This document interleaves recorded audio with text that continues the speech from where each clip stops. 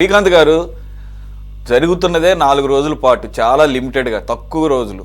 మరి మీరు కూడా లేరని చెప్పేసి వాళ్ళకి కూడా ఇంట్రెస్ట్ పోయిందో, మొదటైతే 27వ తారీఖు వరకు జరగవచ్చు అని చెప్పేసి ఒక వార్త వచ్చింది. తీరా చూస్తే 4 డేసే. నేనేమంటున్నానంటే 4 డేసా 40 డేసా కాదు, చక్కని అవకాశం. మీరు ఏదైతే ఇప్పుడు ఈ పోలీసుల వ్యవహారం, ఇప్పుడు ఇదే మీరు కనుక అసెంబ్లీలో ఉండుంటే ప్రభుత్వాన్ని అసలు కాలర్ పట్టుకుని అడిగే అవకాశం ఉండేది. దీని మీద అసెంబ్లీలో స్టేట్మెంట్ ఇవ్వండి అని చెప్పేసి ప్రభుత్వాన్ని ఇరుకుని పెట్టేటటువంటి అంశాలు ఇవన్నీ కూడా. అలాగే మీరు అమరావతి గురించి నారాయణ గారు ఆ స్టేట్మెంట్ ఇచ్చినప్పుడు ఆ నిరసన ఏదో అసెంబ్లీలో వ్యక్తం చేయాల్సింది. ఇప్పుడు బాజీ గారు అన్నారు కదా, కొంత మేరకు వైసీపీ కారణం కానీ పూర్తిగా వైసీపీ మాత్రం కారణం కాదు, దీనికి అనేక ఫ్యాక్టర్స్ ఉన్నాయని అదే మాట మాట్లాడే అవకాశం ఉండేది కదా. అలాగే డిఎస్సి, అలాగే మీరు గ్రూప్ 1 కూడా మీరు బాధ్యత వహించాల్సి వస్తుంది, మీరు కూడా అక్కడ ఎక్స్ప్లెనేషన్ ఇచ్చుకునే అవకాశం ఉండేది. ఇన్ని అంశాలు సార్ 4 రోజుల్లో ఎన్నో మా అంశాల మీద మాట్లాడే అవకాశం ఉండేది. ఓకే, టైం తక్కువ ఇస్తే మాత్రం ఏముంది, తక్కువ టైంలో మనం మాట్లాడుకోవటం లేదా? మనం గంటన్నర అయితే గంటన్నర తగ్గట్టుగా మాట్లాడుకుంటున్నాం, 2 టాపిక్లు పెట్టుకొని. గంట అయితే దాంట్లో కూడా 2 పెట్టుకుంటాము, కొద్దిగా కుదించుకొని ఒక్కొక్కరు మాట్లాడేది.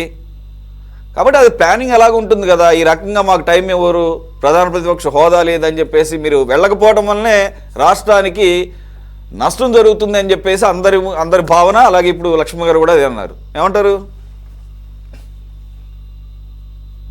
మీరు చెప్పేది ఓకే, నేనేమి కాదనడం లేదు.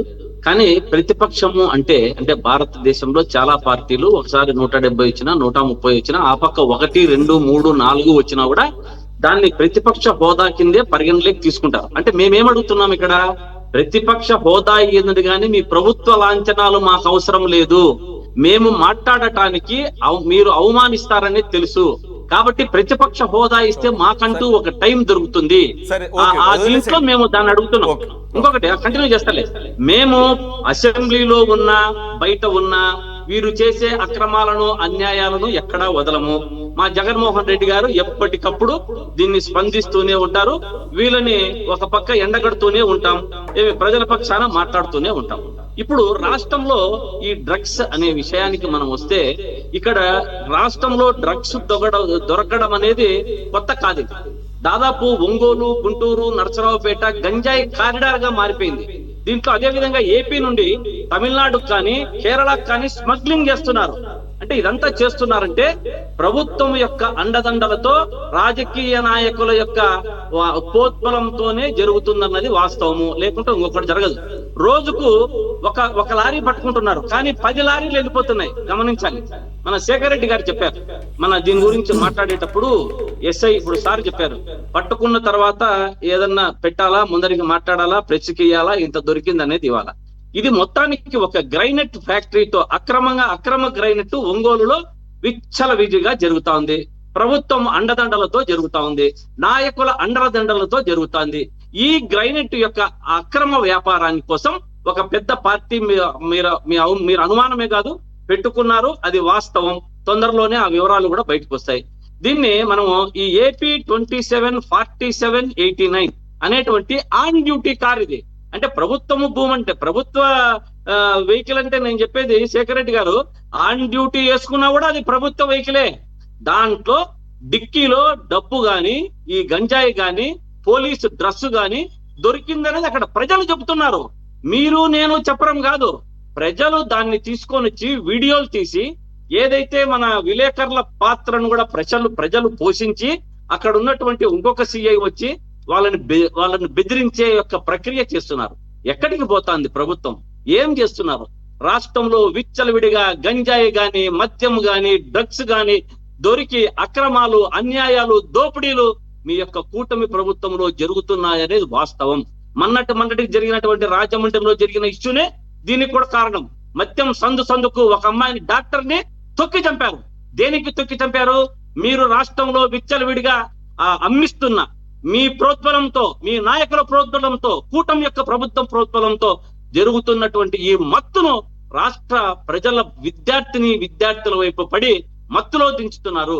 నిన్న చంద్రబాబు నాయుడు గారు, సురేష్ గారు అసెంబ్లీలో మాట్లాడుతూ ఒక మాట అన్నారు, వారు మాట్లాడటం వింటేగిన ఎంత జంజీని ఎంతగా అవమానించారు అన్నది తెలుస్తుంది. దాంట్లో జగన్ జంజీ గంజాయి బ్యాచ్ అంటే జంజీలకు జగన్ జంజీ, మరి పవన్ కళ్యాణ్ జంజీ, చంద్రబాబు నాయుడు గారి జంజీ, లోకేష్ బాబు జంజీ ఉంటుందే. జంజీ అనేది ప్రతి ఒక్కరు కూడా ప్రజలకు వచ్చినదే. దీన్ని నిజంగా చంద్రబాబు నాయుడు గారు జంజీలకు రేపు మర్నాడు అసెంబ్లీ అయిపోయే లోపల క్షమాపణ చెప్పాలి. జగన్ జంజీ ఏం సార్? ముఖ్యమంత్రి గారు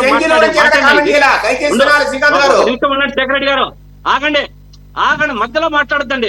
మిమ్మల్ని కాదు ఒక నిమిషం క్లారిటీ. శేఖర్ రెడ్డి గారు మిమ్మల్ని కాదు అన్నదే, మీరు అన్నారని కాదు శ్రీకాంత్ గారు అంటుంది. అంతే కదండి శ్రీకాంత్ గారు? మీరు చంద్రబాబు నాయుడు చెప్తారు. చంద్రబాబు గారు అసెంబ్లీలో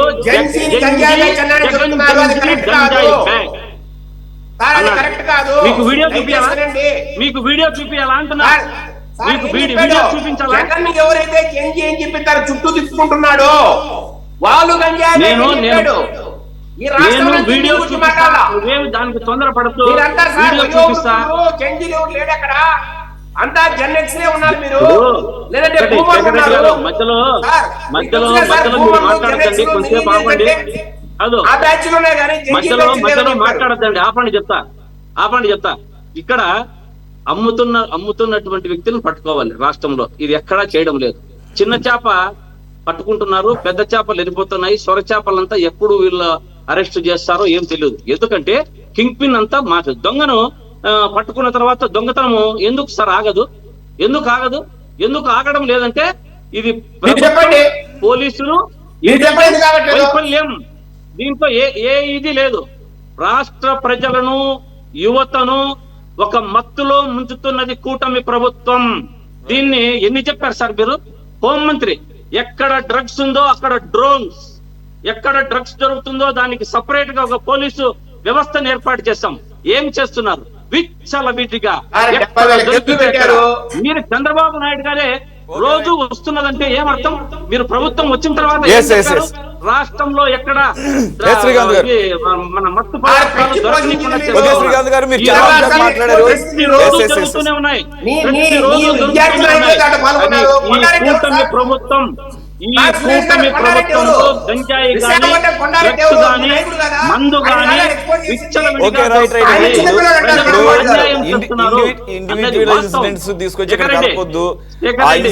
ఆ ఇన్సిడెంట్స్ వేరు, ఇప్పుడు ఇన్సిడెంట్ వేరు. ఇది పర్టికులర్ గా పోలీసులతో ఇన్వాల్వ్ అయినటువంటి అంశం కాబట్టి చర్చకు తీసుకోవాల్సి వచ్చింది.